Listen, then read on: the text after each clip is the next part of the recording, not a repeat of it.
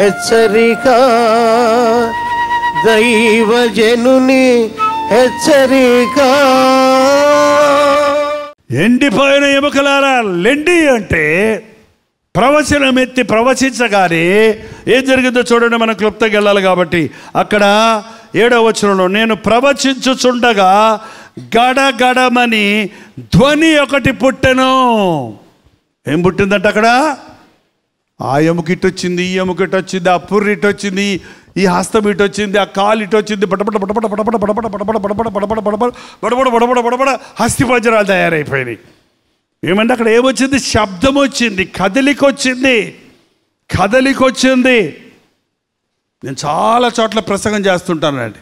కొన్ని చోట్ల ప్రసంగం చేస్తున్నప్పుడు మనుషులు కదులుతూ ఉంటారు, చప్పట్లు కొడుతూ ఉంటారు, సమాధానం చెప్తూ ఉంటారు, ఆశతో వింటూ ఉంటారు.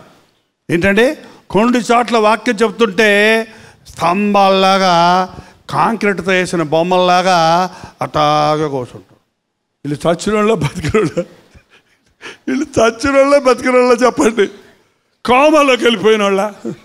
ఏంటంటే మనిషి అన్నాక నవ్వాల్సి వచ్చినప్పుడు నవ్వాలి, ఏడవాల్సి వచ్చినప్పుడు ఏడవాలి, ఆశ్చర్యం చెప్తే ఆనాలి. మనిషికి అనేక హావభావాలు ఇచ్చాడు, మనం ప్రతిస్పందించాలి. బాగున్నారా ఎవరిని అడిగారు అనుకో, అన్నం తిన్నారా, ఎందుకు అలాగున్నారు, ఇంకా వాళ్ళతో ఎంతసేపు మాట్లాడతావు నువ్వు, ఏమన్నా ప్రయోజనం ఉందా చెప్పండి. కొన్ని మీటింగుల్లో నేను అప్పుడప్పుడు చమత్కారంగా నవ్విస్తా. నవ్వటం అంటే హాస్యం కాదు, ఇది హాస్యం అంటారు కొంతమంది, జోకులు అంటారు. జోకులు కాదు ఇవి, చమత్కారము. చిన్న చిటికెడు సంతోషం చెల్లించడానికి నేను చేస్తుంటే కొంతమంది ఏదో ఉపమానం చెప్తే నవ్వితే పక్కన నవ్వకూడదు, చర్చిలో నవ్వకూడదు, చర్చిలో నవ్వకూడదట. ఎక్కడ నవ్వాలి మరి? సినిమా హాల్లో నవ్వాలి. ఎక్కడ నవ్వాలి మరి? టీవీ ముందు కూర్చొని అక్కడ గోల్ బొమ్మలు చూస్తూ నవ్వుతారు. దేవుని వాక్యం చూస్తే నవ్వొద్దా, ఏడవద్దా? మేము పిల్లల గ్రోవు వాయించితేమి కానీ మీరు నాట్యం ఆడరైతిరి, మేము ప్రలాపించితేమి కానీ మీరు రొమ్ము కొట్టుకొని రైతిని. ఈరోజు ఈ తరం వారిని దేనితో పోల్చాలి? గోలికాయలు అనుకునే పిల్లకాయల్లాగా ఉన్నారు అన్నాడన్న. బైబిల్లో ఉంది అది.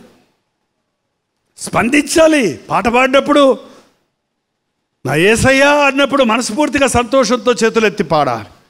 నేను పాపిని అన్నప్పుడు తల వంచి కన్నీటితో ప్రార్థన చేయడం నేర్చుకోవాలి.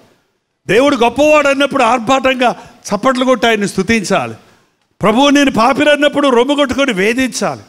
ఆ స్పందన లేకపోతే నీవు జీవించుచున్నావన్న పేరు మాత్రం ఉన్నది కానీ నీవు మృతుడవే. మృతమైన భక్తి అండి ఎక్కడ చూసినా ఇవాళ. ఆచార భక్తి కూర్చోవటం, లేవటం, ఏదో 4 మాటలు అనటం, పరలోక ప్రార్థన చేయటం, ఆమెనని వెళ్ళిపోవటం అంతే. అది ప్రార్థనలో ముగింపండి, నమూనా. ప్రభువు నేర్పిన పరలోక ప్రార్థన అంటారు, అది పరలోక ప్రార్థన కాదు, అది ప్రభువు నేర్పిన. మనం పరలోకానికి వెళ్ళాక ప్రార్థన చేయాల్సిన అవసరమిక లేదు, ప్రసంగాలు వినాల్సిన అవసరమిక లేదు.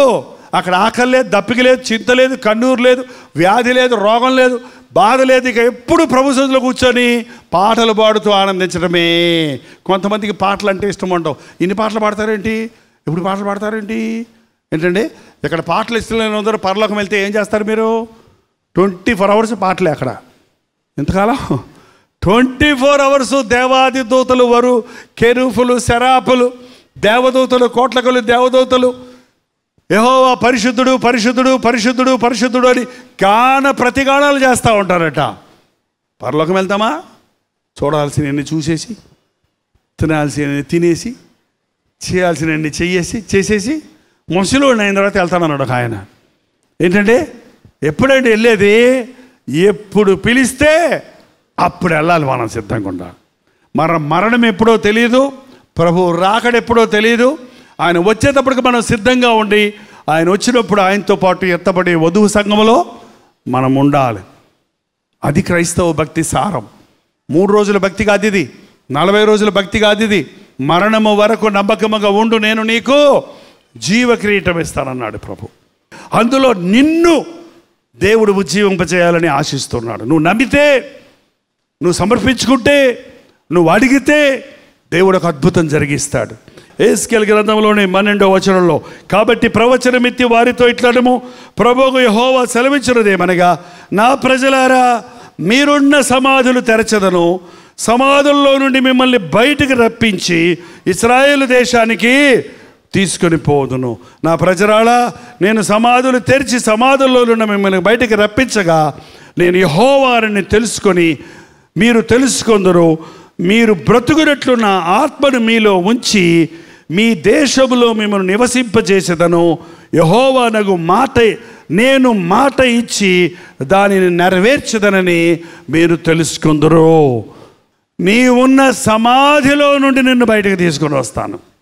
నీవున్న సమాధి, అది అప్పుల సమాధో, అది జబ్బుల సమాధో, అది వేదనల సమాధో, అది దుఃఖపు సమాధో, నీవు బయటికి రాలేక ఆ బాధల నుండి, ఆ సమస్యల్లో నుండి, ఆ పరిస్థితుల్లో నుంచి బయటికి రాలేక పడి ఉన్న స్థితిలో నుండి నేను నిన్ను బయటికి తీసుకొస్తాను. ప్రార్థన చేయలేని పరిస్థితుల్లో నీవు ఉన్నావు. నీలోనికి నా ఆత్మను పంపించి ఉచ్చరింప సఖ్యము గాని మూలుగులతో చేయు ప్రార్థన నీకు నేను నేర్పిస్తాను.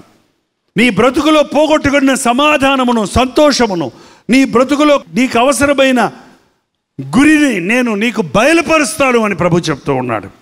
జరగనటువంటి కార్యాలు నీ జీవితంలో ఉన్నాయేమో. ఈ రాత్రి ప్రభు చెప్పే మాట ఏంటంటే, నేను నిన్ను స్వస్థపరుస్తాను, నేను నీకు సహాయం చేస్తాను, నేను నిన్ను లేవనెత్తుతాను, నీ దుఃఖ దినములు ఈ రోజుతో సమాప్తమైనవి, నేను నీకు తోడై ఉంటాను, ఇక మీదట నేను మిమ్మల్ని ఆశీర్వదిస్తాననే వాగ్దానాన్ని ఈరోజు మనకి దేవుడు అనుగ్రహిస్తూ ఉన్నాడు. నమ్ముట నీ వల్ల అయితే నమ్మువానికి సమస్తమో సాధ్యము. ప్రార్థన. పరిశుద్ధుడా, ప్రేమగల తండ్రి, ఒకసారి నీ బిడ్డలు చూడు నాయన. నీ నామంలో వారు కూడి వచ్చి ఉండగా ప్రతి ఒక్కరిని చూడయ్యా. సాతాను కట్లలో ఉన్న వారిని నజరేయుడైన యేసుక్రీస్తు నామంలో విడుదల చేయుచున్నాము తండ్రి. మా యవనస్తుల్లో నుంచి సేవకులను లేపిన ఆయన, మిషనరీలు లేపిన ఆయన, ప్రపంచమంతటికి నీ సువార్తను ప్రకటించేవారు లేవనెత్తునట్లుగా నీ పరిశుద్ధాత్మను కుమ్మరించు తండ్రి. నా మట్టుకైతే బ్రతుకుట క్రీస్తే, చావైతే లాభమన్న రీతిగా నీ రాజ్య వారసులు అవ్వాలని ఆశతో వెళ్ళడానికి సహాయం చేయము. యేసు క్రీస్తు నామములో అడుగుచున్నాము తండ్రి. మన తండ్రి అయిన దేవుని యొక్క ప్రేమయు, కుమారుడైన క్రీస్తు యొక్క కృపయు, ఆదరణకర్త అయిన పరిశుద్ధాత్మ యొక్క సహవాసమును కూడి వచ్చిన మనందరికీ ఇప్పుడును సదాకాలమును తోడై ఉండును గాక. ఆమేన్, ఆమేన్, ఆమేన్.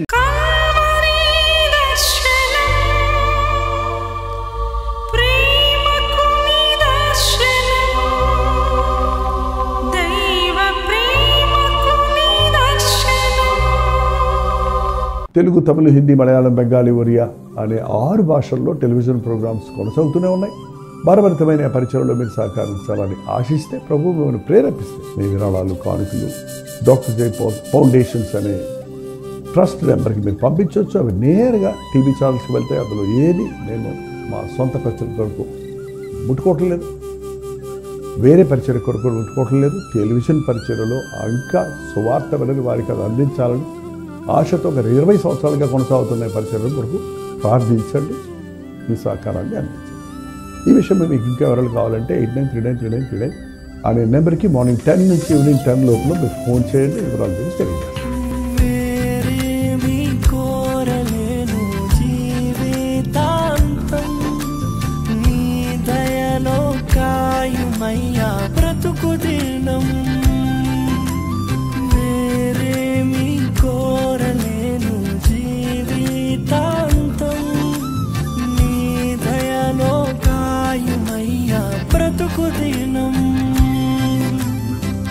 నీలాంటి దైవం ఎవరు విశ్వమునలేనే లేరు, నీలాంటి దైవం ఎవరు విశ్వమునలేనే లేరు. పరమ తండ్రి నీకే వందనా, నీదు బిడ్డగానే సాగేదా.